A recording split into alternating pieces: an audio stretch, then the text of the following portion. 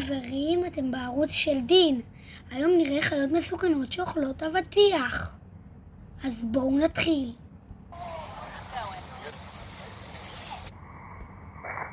יואו, תראו איך התנין הזה מפוצץ את האבטיח. בטח הוא אוהב אבטיח. ועוד נשאר שאריות בפה. ומה עם הצב ים הזה? מה הוא עושה? הוא מפוצץ את האבטיח לגמרי, אפילו לא על המצלמה. והתנין, וואו, איזה... לא הכל זה טוב, כמו בהתחלה, נכון? והיפופוטם. חצי האבטיח נפל. זה גם טוב. אוקיי, חברים. יואו, הוא בטח כועס. כועס מאוד. עכשיו בוא נראה איך הוא מפוצץ את זה בהילוך איטי. איזה חזק. והוא רבע האבטיח נפל לו. או חצי.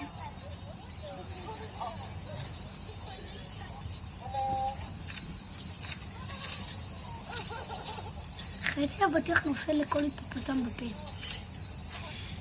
איזה שטודניקים.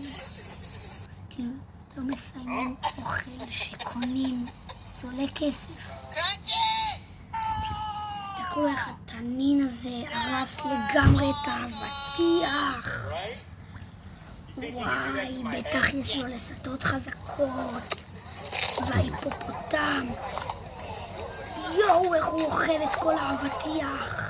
שנופל לו שאריות מהפה. הוא בטח פה, הוא יאכל את כל האבטיח. יואו, איך הוא פיצח את זה. איך הוא פיצח את כל האבטיח. ההיפופוטם. בטח הוא רעב מאוד. והתנין. בואו נראה אם זה תנין. כן, זה תנין. בואו נראה איך הוא יפוצץ את האבטיח. הלסתות שלו הן הורסות לגמרי את האבטיח. השיניים ממש חזקות. איזה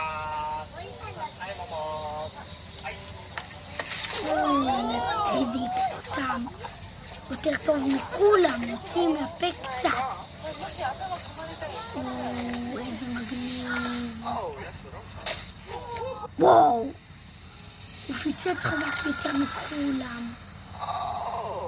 אני צודק? תסתכלו.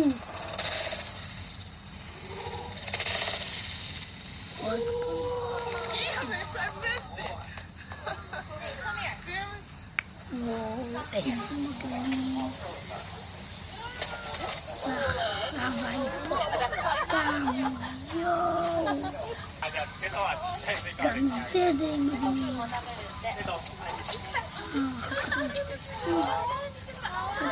קטן לוקח קטן. כל הכבוד. והפיל. איך הוא מכניס עם החדר שלו את כל האבטיח. יואו, איך הוא מכניס. אומייגאד. יואו. מוציא מהפה, בסדר? לא יכול לעשות את כל זה. אז ביי חברים, נתראה בסרטון הבא שלנו.